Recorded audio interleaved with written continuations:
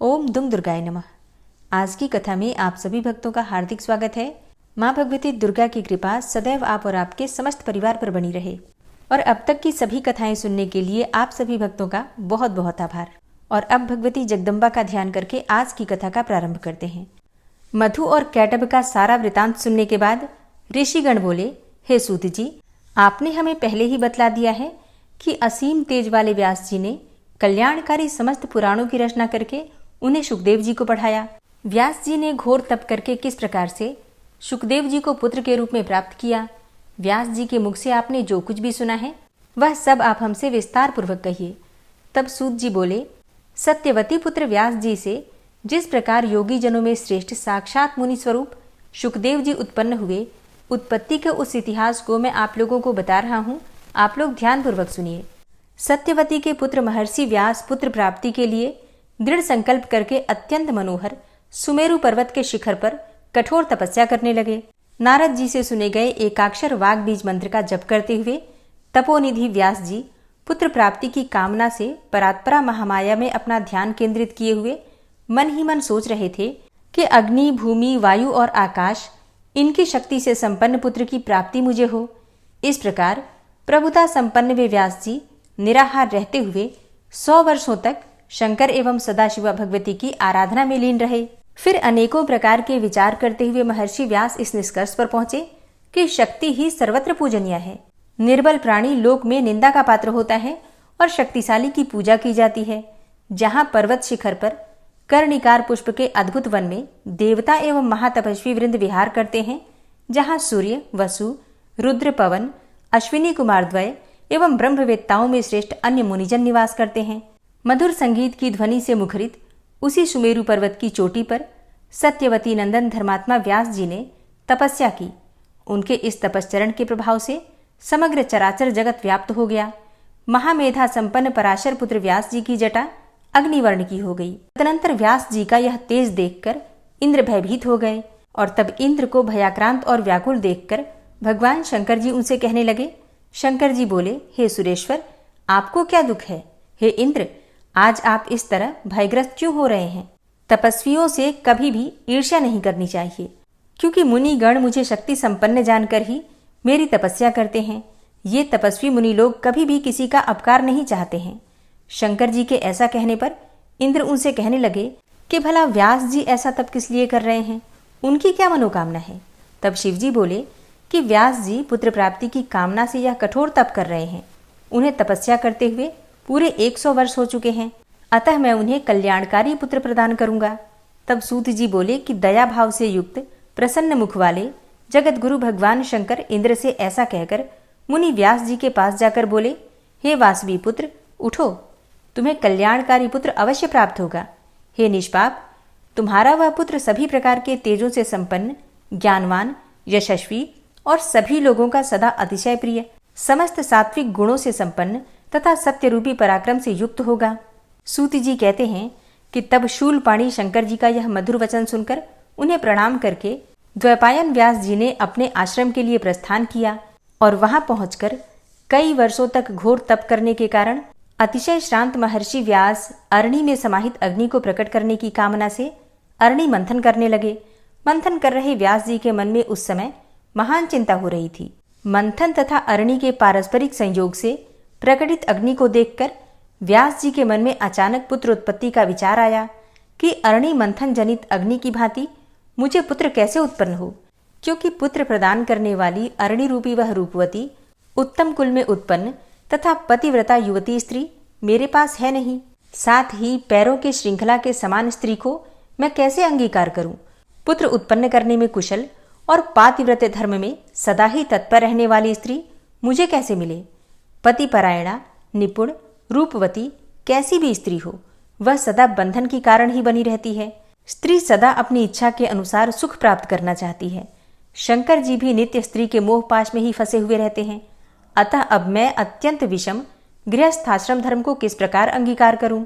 व्यास जी ऐसा विचार कर ही रहे थे कि आकाश में समीप में ही स्थित घृताची नामक अप्सरा उन्हें दृष्टिगोचर हुई। चंचल कटाक्षों वाली उस श्रेष्ठ अप्सरा को पास में ही स्थित देखकर कठोर नियम संयम धारण करने वाले व्यास जी शीघ्र ही काम बाण से आहत अंगों वाले हो गए और सोचने लगे कि अब इस विषम संकट के समय में मैं क्या करूं। धर्म के समक्ष इस दुर्जय कामवासना के वशीभूत होकर यदि मैं छलने के लिए यहाँ उपस्थित हुई इस अप्सरा को स्वीकार करता हूँ, तब ऐसी स्थिति में महात्मा तथा तपस्वी गण मुझ काम शक्ति से विह्वल का यह उपहास करेंगे कि 100 वर्षों तक कठिन तपस्या करने के पश्चात भी एक अप्सरा को देखकर महातपस्वी व्यास इतने विवश कैसे हो गए। और फिर यदि इसमें अतुलनीय सुख हो तो ऐसी निंदा भी होती रहे, अर्थात उसकी उपेक्षा भी की जा सकती है। गृहस्थाश्रम पुत्र प्राप्ति की कामना पूर्ण करने वाला, स्वर्ग की प्राप्ति कराने वाला तथा ज्ञानियों को मोक्ष देने वाला कहा गया है, किंतु वैसा सुख इस देव कन्या से नहीं प्राप्त होगा। पूर्व काल में मैंने नारद जी से एक कथा सुनी थी जिसमें कि राजा पुरुरवा उर्वशी के वशीभूत होकर अत्यंत संकट में पड़ गए थे। तब ऋषिगण बोले कि हे सूत जी, वे राजा पुरुरवा कौन थे तथा वह देव कन्या उर्वशी कौन थी?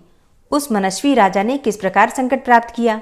हे लोमहर्षण तनय, आप इस समय पूरा कथानक विस्तार पूर्वक कहें। हम सभी लोग आपके मुखारविंद से निःसृत रसमयी वाणी को सुनने के इच्छुक हैं। हे सूत जी, आपकी वाणी अमृत से भी बढ़कर मधुर एवं रसमयी है। जिस प्रकार देवगण अमृतपान से कभी तृप्त नहीं होते, उसी प्रकार आपके कथा श्रवण से हम तृप्त नहीं होते। सूत जी बोले कि हे मुनियों, अब आप लोग उस दिव्य तथा मनोहर कथा को सुनिए जिसे मैंने परम श्रेष्ठ व्यास जी के मुख से सुना है। मैं उसे अपनी बुद्धि के अनुसार वैसा ही कहूँगा। देवगुरु बृहस्पति की पत्नी का नाम तारा था। वह रूप यौवन से संपन्न तथा सुंदर अंगों वाली थी। एक बार वह सुंदरी अपने यजमान चंद्रमा के घर गई।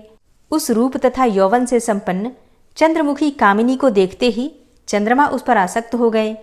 तारा भी चंद्रमा को देखकर आसक्त हो गई। इस प्रकार वे दोनों, तारा तथा चंद्रमा, एक दूसरे को देखकर प्रेम विभोर हो गए। वे दोनों प्रेमोन्मत्त होकर एक दूसरे को चाहने की इच्छा से युक्त होकर विहार करने लगे। इस प्रकार उनके कुछ दिन व्यतीत हुए। तब बृहस्पति जी ने तारा को घर लाने के लिए अपना एक शिष्य भेजा, परंतु वह आ न सकी। जब चंद्रमा ने बृहस्पति के शिष्य को कई बार लौटाया तो वे क्रोधित होकर चंद्रमा के पास स्वयं ही चले गए। चंद्रमा के घर जाकर उदार चित्त बृहस्पति ने अभिमान के साथ मुस्कुराते हुए उस चंद्रमा से कहा, हे चंद्रमा, तुमने यह धर्म विरुद्ध कार्य क्यों किया और मेरी इस परम सुंदरी पत्नी को अपने घर में क्यों रख लिया? हे देव, मैं तुम्हारा गुरु हूं और तुम मेरे यजमान हो, तब हे मूर्ख, तुमने गुरु पत्नी को अपने घर में क्यों रख लिया? ब्रह्म हत्या करने वाला, सुवर्ण चुराने वाला, मदिरा पान करने वाला, गुरुपत्नीगामी तथा 5वां इन पापियों के साथ संसर्ग रखने वाला, ये महापातकी हैं। तुम महापापी, दुराचारी एवं अत्यंत निंदनीय हो। यदि तुमने मेरी पत्नी के साथ अनाचार किया है तो तुम देवलोक में रहने योग्य भी नहीं हो। हे दुष्टात्मन, असिता पांगी मेरी इस पत्नी को छोड़ दो, जिससे कि मैं इसे अपने घर ले जाऊं, अन्यथा गुरुपत्नी का अपहरण करने वाले तुझको मैं शाप दे दूंगा। इस प्रकार बोलते हुए स्त्री विरह से कातर तथा क्रोधाकुल देवगुरु बृहस्पति से रोहिणीपति चंद्रमा ने कहा। चंद्रमा बोले, क्रोध के कारण ब्राह्मण अपूजनीय होते हैं। क्रोध रहित तथा धर्मशास्त्राज्ञ विप्र पूजा के योग्य है और इन गुणों से हीन ब्राह्मण त्याज्य होते हैं। हे अनग, वह सुंदर स्त्री अपनी इच्छा से आपके घर चली जाएगी और यदि कुछ दिन यहाँ ठहर भी गई तो इसमें आपकी क्या हानि है? अपनी इच्छा से ही वह यहाँ रहती है। सुख की इच्छा रखने वाली वो कुछ दिन यहाँ रहकर अपनी इच्छा से वापस चली जाएगी। और आपने ही तो पूर्व में धर्मशास्त्र के इस मत का उल्लेख किया है कि संसर्ग से स्त्री और वेद कर्म से ब्राह्मण कभी दूषित नहीं होते। तब चंद्रमा के ऐसा कहने पर बृहस्पति अत्यंत दुखी हुए और चिंता मग्न होकर शीघ्र ही अपने घर चले गए। कुछ दिन अपने घर रहकर चिंता से व्याकुल गुरु बृहस्पति पुनः उन औषधिपति चंद्रमा के यहाँ शीघ्र जा पहुंचे। वहां द्वारपाल ने उन्हें भीतर जाने से रोका। तब वे क्रुद्ध होकर द्वार पर ही रुक गए। कुछ देर प्रतीक्षा करने पर जब चंद्रमा वहां नहीं आए तब बृहस्पति अत्यंत क्रुद्ध हो उठे। वे विचार करने लगे कि मेरा शिष्य होते हुए भी इसने माता के समान आदरणीय गुरुपत्नी को बलपूर्वक हर लिया है, इसलिए अब मुझे इस अधर्मी को दंडित करना चाहिए। तब बाहर द्वार पर खड़े बृहस्पति ने क्रोध के साथ चंद्रमा से कहा, अरे नीच, पापी, देवाधम, तुम अपने घर में निश्चिंत होकर क्यों पड़े हो? मेरी स्त्री शीघ्र ही मुझे लौटा दो, अन्यथा मैं तुम्हें शाप दे दूंगा। यदि तुम मेरी पत्नी नहीं दोगे तो मैं तुझे अवश्य ही भस्म कर दूंगा। सूत जी कहते हैं कि बृहस्पति के इस प्रकार क्रोध से भरे हुए वचन सुनकर द्विजराज चंद्रमा शीघ्र ही अपने घर से बाहर निकले और हंसते हुए उनसे बोले कि आप इतना क्यों बोल रहे हैं? सर्वलक्षण संपन्न वह अशितापांगी आपके योग्य ही नहीं है। हे विप्र, आप अपने समान किसी अन्य स्त्री को ग्रहण कर लीजिए, क्योंकि ऐसी सुंदरी भिक्षुक के घर में रहने योग्य नहीं है। यह प्रायः कहा जाता है कि अपने समान गुण संपन्न पति पर ही पत्नी का प्रेम स्थिर रहता है। तो अपने इच्छा अनुसार अब आप चाहे जहां चले जाएं, मैं इसे नहीं दूंगा। आपका शाप मेरे ऊपर नहीं लग सकता। हे गुरु, मैं यह रमणी आपको नहीं दूंगा। अब आप जैसा चाहें वैसा करें।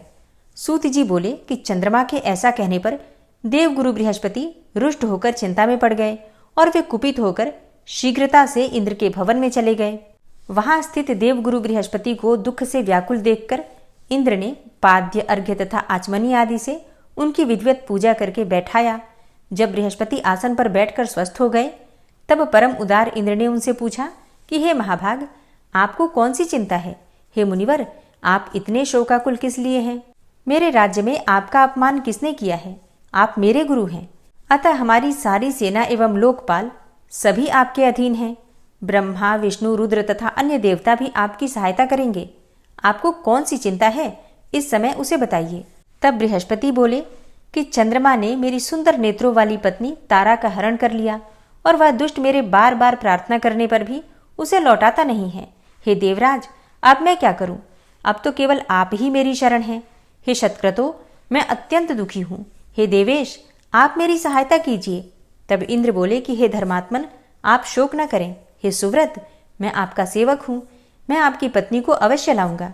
हे महामते, यदि दूत भेजने पर भी वह मदोन्मत्त चंद्रमा आपकी स्त्री को नहीं देगा, तो देव सेनाओं सहित मैं स्वयं युद्ध करूंगा। इस प्रकार गुरु बृहस्पति को आश्वासन देकर इंद्र ने अपनी बात को सही ढंग से कहने वाले विलक्षण तथा वाक्पटु दूत को चंद्रमा के पास भेजा। शीघ्र ही वह चतुर्दूत चंद्रलोक गया और रोहिणीपति चंद्रमा से यह संदेश वचन कहने लगा कि हे महाभाग, हे महामते, इंद्र ने आपसे कुछ कहने के लिए मुझे भेजा है। अतः उनके द्वारा जो कुछ कहा गया है वही जो का त्यों मैं आपसे कह रहा हूं। हे महाभाग, हे सुव्रत, आप धर्मज्ञ हैं, नीति जानते हैं तथा धर्मात्मा अत्रि मुनि आपके पिता हैं। अतएव आपको कोई ऐसा कार्य नहीं करना चाहिए जिससे कि आप निंदनीय हो जाएं। आलस्य रहित होकर यथाशक्ति अपनी स्त्री की रक्षा सभी प्राणी करते हैं। अतः इस तारा के लिए बड़ा कलह होगा, इसमें कोई संदेह नहीं है। हे सुधानिधे, जैसे आप अपनी भार्या की रक्षा हेतु प्रयत्न करते हैं, वैसे गुरु बृहस्पति भी अपनी पत्नी की रक्षा के लिए प्रयत्नशील हैं। आप अपने ही सदृश सभी प्राणियों के विषय में विचार कीजिए। हे सुधानिधे, आपको दक्ष प्रजापति की सुलक्षणों से युक्त 28 कन्याएं पत्नी के रूप में प्राप्त हैं। आप अपने गुरु की पत्नी पाने की इच्छा क्यों रखते हैं? स्वर्गलोक में मेनका आदि अनेकों मनोरम अप्सराएं सर्वदा सुलभ हैं। तब उनके साथ स्वेच्छापूर्वक विहार कीजिए और गुरुपत्नी तारा को शीघ्र ही लौटा दीजिए। आप जैसे महान लोग यदि अहंकारवश ऐसा निंदित कर्म करें, तो अनभिज्ञ साधारण जन तो उनका अनुकरण करेंगे ही, और तब धर्म का नाश हो जाएगा। अतः हे महाभाग, गुरु की इस मनोरम पत्नी को शीघ्र ही लौटा दीजिए, जिससे कि आपके कारण इस समय देवताओं के बीच कलह उत्पन्न न हो। सूत जी कहते हैं, दूत से इस प्रकार का इंद्र का संदेश सुनकर चंद्रमा कुछ क्रोधित हो गए और उन्होंने इंद्र के दूत को इस प्रकार व्यंग्यपूर्वक उत्तर दिया। चंद्रमा बोले, हे महाबाहो, आप धर्मज्ञ हैं और स्वयं देवताओं के राजा हैं। आपके पुरोहित बृहस्पति भी ठीक आप ही की तरह हैं और आप दोनों की बुद्धि भी एक समान है। दूसरों को उपदेश देने में अनेक लोग चतुर होते हैं, परंतु कार्य उपस्थित होने पर उपदेश के अनुसार स्वयं आचरण करने वाला दुर्लभ होता है। हे देवेश, बृहस्पति के बनाए शास्त्र को सभी मनुष्य स्वीकार करते हैं। शक्तिशाली लोगों के लिए सब कुछ अपना होता है, परंतु दुर्बल लोगों के लिए कुछ भी अपना नहीं होता। तारा जितना प्रेम मुझसे करती है, उतना बृहस्पति से नहीं करती। अतः अनुरक्त स्त्री धर्म अथवा न्याय से त्याज्य कैसे हो सकती है? गृहस्थ जीवन का वास्तविक सुख तो प्रेम रखने वाली स्त्री के साथ ही होता है, उदासीन स्त्री के साथ नहीं। इसलिए हे दूत, तुम जाओ और इंद्र से कह दो कि मैं इसे नहीं दूंगा। हे सहस्त्राक्ष, आप स्वयं समर्थ हैं, आप जो चाहते हो वह कीजिए। सूत जी कहते हैं कि चंद्रमा के ऐसा कहने पर दूत इंद्र के पास लौट गया और चंद्रमा ने जो कहा था वह सब उसने इंद्र से कह दिया। इसे सुनकर प्रतापी इंद्र भी अत्यंत क्रोधित हुए और गुरु बृहस्पति की सहायता के लिए सेना की तैयारी करने लगे। अब दैत्य गुरु शुक्राचार्य चंद्रमा तथा देवगुरु के विरोध की बात सुनकर बृहस्पति से द्वेष के कारण चंद्रमा के पास गए और उनसे बोले कि आप तारा को वापस मत कीजिए। हे महामते, हे मान्य, यदि इंद्र के साथ आपका युद्ध छिड़ जाएगा तो मैं भी अपनी मंत्र शक्ति से आपकी सहायता करूंगा। गुरु पत्नी से अनाचार की बात सुनकर और शुक्राचार्य को बृहस्पति का शत्रु जानकर शिव जी भी बृहस्पति की सहायता के लिए तैयार हो गए। तब तारकासुर के साथ हुए युद्ध की भांति देव और दानवों में संग्राम छिड़ गया। यह युद्ध बहुत वर्षों तक चलता रहा। देव दानवों का यह संग्राम देखकर प्रजापति ब्रह्मा जी हंस पर सवार होकर उस क्लेश की शांति के लिए रणस्थल में शीघ्र पहुंचे। तब ब्रह्मा जी ने चंद्रमा से कहा कि तुम गुरु बृहस्पति की पत्नी लौटा दो, नहीं तो भगवान विष्णु को बुलाकर मैं तुम्हें समूल नष्ट कर दूंगा। तत्पश्चात लोक पितामह ब्रह्मा जी ने भृगुनंदन शुक्र को भी युद्ध से रोका और उनसे कहा, हे महामते, दैत्यों के संग से क्या आपकी भी बुद्धि अन्याय युक्त हो गई है? तत्पश्चात ब्रह्मा जी की बात सुनकर शुक्राचार्य चंद्रमा के पास गए और उन्होंने चंद्रमा को युद्ध से रोका और कहा कि तुम्हारे पिता ने मुझे भेजा है, तुम अपने गुरु की पत्नी को तत्काल छोड़ दो। तब सूत जी कहते हैं, शुक्राचार्य की वह अद्भुत वाणी सुनकर चंद्रमा ने बृहस्पति की गर्भवती सुंदरी प्रिय भार्या को लौटा दिया। पत्नी को पाकर देवगुरु बृहस्पति बड़े प्रसन्न हुए और आनंदपूर्वक अपने घर चले गए। तत्पश्चात सभी देवता और दैत्य भी अपने अपने घर चले गए। पितामह ब्रह्मा अपने लोक को तथा शिवजी भी कैलाश पर्वत पर चले गए। इस प्रकार अपनी सुंदरी स्त्री को पाकर बृहस्पति संतुष्ट हो गए। तदनंतर कुछ दिनों के बाद तारा ने शुभ दिन तथा शुभ नक्षत्र में गुणों में चंद्रमा के समान ही सुंदर पुत्र को जन्म दिया।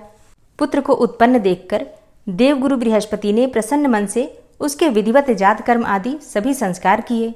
हे श्रेष्ठ मुनियों, चंद्रमा ने जब सुना कि पुत्र उत्पन्न हुआ है, तब बुद्धिमान चंद्रमा ने बृहस्पति के पास अपना दूत भेजा और कहलाया कि हे गुरु, यह पुत्र आपका नहीं है, क्योंकि वह तो मेरे तेज से उत्पन्न है। तब आपने अपनी इच्छा से बालक का जात कर्मादि संस्कार क्यों कर लिया? उस दूत का वचन सुनकर बृहस्पति ने कहा कि यह पुत्र मेरा है, क्योंकि इसकी आकृति मेरे समान है, इसमें कोई संदेह नहीं है। पुनः दोनों में विवाद खड़ा हो गया और देव दानव दोनों मिलकर फिर युद्ध करने के लिए आ गए और इस प्रकार उनका बहुत बड़ा समूह एकत्र हो गया। उस समय शांति के अभिलाषी स्वयं प्रजापति ब्रह्मा जी पुनः वहां पहुंचे और रणभूमि में डटे हुए युद्ध के लिए उत्सुक देव और दानवों को उन्होंने युद्ध से रोका। धर्मात्मा ब्रह्मा जी ने तारा से पूछा कि हे कल्याणी, यह पुत्र किसका है? हे सुंदरी, तुम सही सही बता दो, जिससे कि यह कलह शांत हो जाए। तब असिता पांगी सुंदरी तारा ने लजाते हुए सिर नीचे करके मंद स्वर में कहा, यह पुत्र चंद्रमा का है। अब ऐसा कहकर वो घर के भीतर चली गई। तब प्रसन्न चित्त होकर चंद्रमा ने उस पुत्र को ले लिया। उन्होंने उसका नाम बुध रखा। पुनः वे अपने घर चले गए।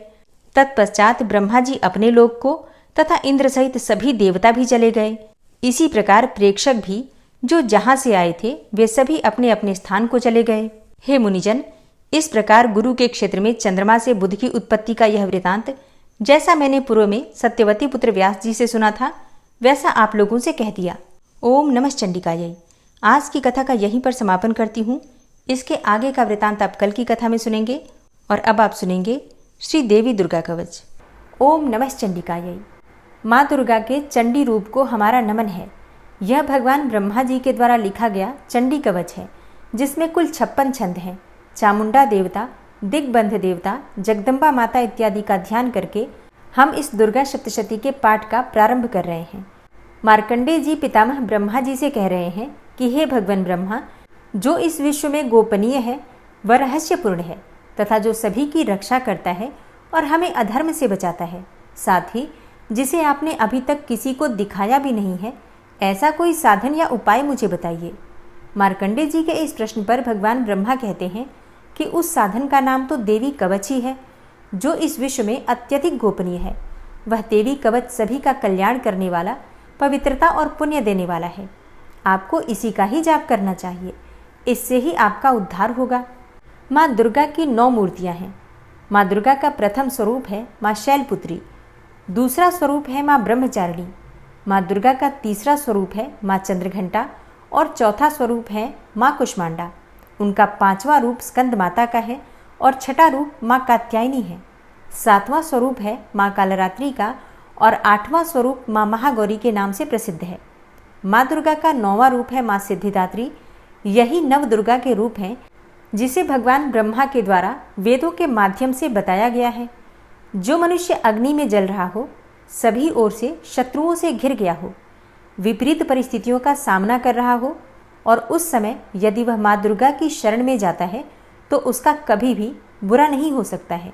अर्थात माँ दुर्गा का ध्यान किए जाने पर माँ दुर्गा उसकी हर परिस्थिति में सहायता करती हैं। यदि युद्ध का समय हो और मनुष्य संकटों में घिरा हुआ हो तो भी माँ दुर्गा के प्रभाव से उसका कुछ भी बुरा नहीं होता है।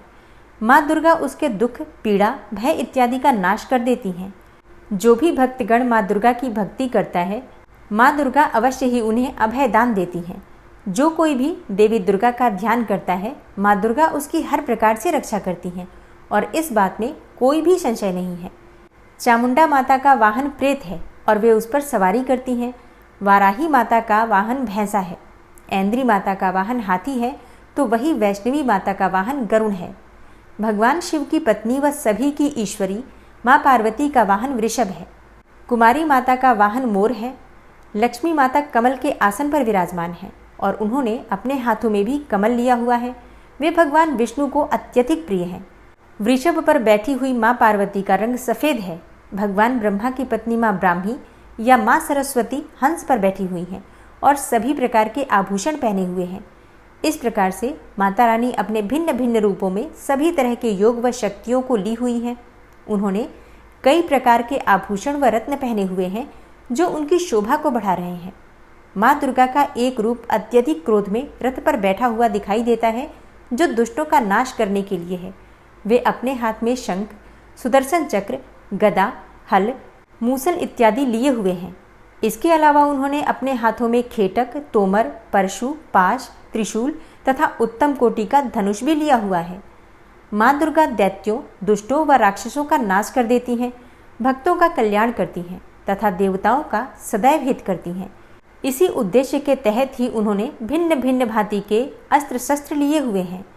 माँ दुर्गा के महारुद्र, प्रलयंकारी, पराक्रमी, महाशक्तिशाली, अत्यधिक उत्साही तथा भय का नाश कर देने वाले इस रूप को हम सभी नमस्कार करते हैं। माँ देवी के उस प्रलयंकारी रूप की ओर देखना भी बहुत मुश्किल है जो शत्रुओं का भय बढ़ाने का कार्य करता है। पूर्व दिशा में इंद्री देवी मेरी रक्षा कीजिए, आग्नेय दिशा में अग्नि देवी मेरी रक्षा कीजिए, दक्षिण दिशा में वाराही माता, नैऋत्य कोण में खड़ग धारिणी माँ, पश्चिम दिशा में वारुणी देवी और वायव्य कोण में मृगवाहिनी देवी मेरी रक्षा कीजिए। उत्तर दिशा में माँ कुमारी, ईशान कोण में शूलधारिणी, आकाश से अर्थात ऊपर से माँ ब्रह्माणी तथा नीचे अर्थात पाताल लोक से माँ वैष्णवी मेरी रक्षा कीजिए। राक्षसों के शवों को अपने वाहन के रूप में उपयोग में लाने वाली माँ चामुंडा देवी, आप दशों दिशाओं से मेरी रक्षा कीजिए। आगे से माँ जया तथा पीछे से माँ विजया आप मेरी रक्षा कीजिए। माँ अजिता मेरे वाम भाग में और दक्षिण दिशा में अपराजिता देवी मेरी रक्षा करें। मेरे शिखा की रक्षा उद्योतिनी देवी और माँ उमा मेरे सिर की रक्षा करें अर्थात उसमें वास करें। आप मेरे ललाट की मालाधारी के रूप में और भौहों का यशस्विनी के रूप में संरक्षण करें। भौहों के बीच में त्रिनेत्र के रूप में और नाक की यम घंटा के रूप में रक्षा करें। दोनों आँखों के बीच में शंख माता के रूप में और कानों की द्वारवासिनी के रूप में रक्षा करें। मेरे कपाल की कालिका के रूप में और कानों के मूल की शांकरी देवी रक्षा करें। नासिका की सुगंधा देवी और होंठ के ऊपरी भाग की चर्चिका देवी रक्षा करें। होंठ के निचले भाग की रक्षा अमृत कला देवी और जीभ की सरस्वती देवी रक्षा करें। मेरे दांतों की कुमारी देवी, कंठ की चंडिका देवी, घंटिका की चित्रघंटा देवी और तालु की महामाया देवी रक्षा करें। मेरी ठोड़ी की कामाक्षी देवी, वाणी की सर्वमंगला देवी, ग्रीवा की भद्रकाली तथा मेरुदंड की धनुर्धारी देवी रक्षा करें। बाहरी कंठ की नीलग्रीवा देवी, कंठ नलिका की नलकूबरी, कंधों की खड़गनी देवी और भुजाओं की वज्रधारिणी देवी रक्षा करें। दोनों हाथों की दंडिनी देवी, अंगुलियों की जगदम्बिका माता, नाखूनों की शूलेश्वरी देवी और पेट की कुलेश्वरी देवी रक्षा करें। स्तनों की महादेवी, मन की शोक विनाशिनी देवी, हृदय की ललिता देवी और उदर की शूलधारिणी देवी रक्षा करें। नाभि की कामिनी देवी, गुहा की गुहेश्वरी देवी, लिंग की पूतना व कामिका देवी तथा गुदा की महिषवासिनी देवी रक्षा करें। कटिभाग की भगवती देवी, घुटनों की विंध्यवासिनी देवी, जांघों की महाबला देवी रक्षा करें और सभी कामनाओं को पूरा करें। मेरी घुट्टियों की नारसिंही देवी, पैरों के आगे भाग की तेजसी देवी, पैरों की उंगलियों की श्री देवी और पैरों के तले की तलवासिनी देवी रक्षा करें। पैरों के नाखूनों की दृष्टा कराली देवी, केशों की ऊर्ध्वकेशिनी देवी, रोम छिद्रों की कौबेरी देवी तथा त्वचा की बागीश्वरी देवी रक्षा करें। माँ पार्वती देवी मेरे रक्त, मांस, हड्डियों इत्यादि की रक्षा करें। आंतों की कालरात्रि देवी और पित्त की मुकुटेश्वरी देवी रक्षा करें। पद्म कोशों की माँ पद्मावती देवी, कफ की चूड़ामणि देवी, नाखूनों की धार की ज्वालामुखी देवी और शरीर की संधियों की अभेद्या देवी रक्षा करें। मेरे वीर्य की रक्षा माँ ब्रह्माणी देवी, छाया की छत्रेश्वरी देवी तथा धर्मधारिणी देवी मेरे अहंकार व मन और बुद्धि की रक्षा करें। हे माँ दुर्गा, आप मेरे प्राणों, व्यान, उदान की समान रूप से रक्षा करें। वज्रहस्ता देवी मेरे प्राणों की रक्षा करें और मेरा कल्याण करें। आप मेरी सभी इंद्रियों, रस, रूप, गंध, शब्द व स्पर्श में बसती हैं। हे नारायणी देवी, आप मेरे सत्वगुण, रजगुण व तमोगुण की रक्षा करें।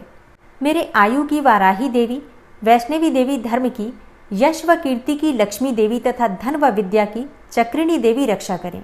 इंद्रा देवी मेरे गोत्र की, चंडी देवी मेरे पशुओं की, महालक्ष्मी देवी मेरे पुत्रों की और भैरवी देवी मेरी पत्नी की रक्षा करें।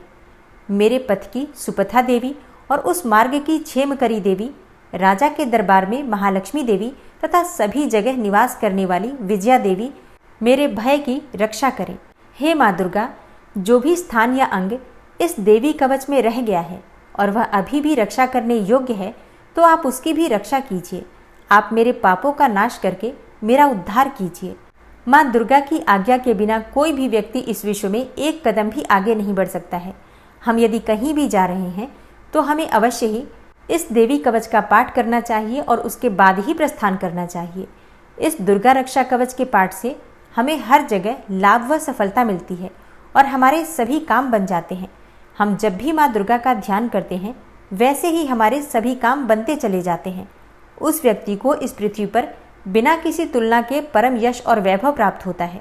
जो भी भक्तगण इस देवी रक्षा कवच का पाठ करता है, उसका भय समाप्त हो जाता है, युद्ध में उसकी विजय होती है तथा वह तीनों लोकों में पूजनीय हो जाता है। देवी माता का यह रक्षा कवच देवताओं तक के लिए बहुत दुर्लभ है। जो व्यक्ति इस देवी कवच का तीनों समय श्रद्धा भाव के साथ पाठ करता है, उसे देवी माता की कृपा से तीनों लोकों में विजय मिलती है। वह अकाल मृत्यु के भय से दूर होता है तथा 100 वर्षों से भी अधिक समय तक जीवित रहता है। इस दुर्गा कवच के पाठ से व्यक्ति के शरीर में होने वाले हर तरह के रोग समाप्त हो जाते हैं। उसके शरीर में बनने वाला विष भी समाप्त हो जाता है तथा कोई रोग उसका कुछ भी बिगाड़ नहीं सकता है। जो भी मनुष्य इस दुर्गा रक्षा कवच को अपने हृदय में धारण कर लेता है, उस पर इस पृथ्वी पर होने वाले सभी तरह के अभिचारण मंत्र, तंत्र का प्रभाव समाप्त हो जाता है। सभी तरह की डाकिनी, शाकिनी, अंतरिक्ष में रहने वाले अति शक्तिशाली व भयंकर डाकिन, भूत, पिशाच, यक्ष, गंधर्व, राक्षस, ब्रह्म राक्षस, वेताल, कुष्मांडा, भैरव इत्यादि सभी तरह की नकारात्मक शक्तियों के प्रभाव इस दुर्गा कवच के माध्यम से समाप्त हो जाते हैं। इस रक्षा कवच का पाठ करने वाला व्यक्ति राजा से सम्मान प्राप्त करता है और उसकी सुख संपत्ति में वृद्धि होती है।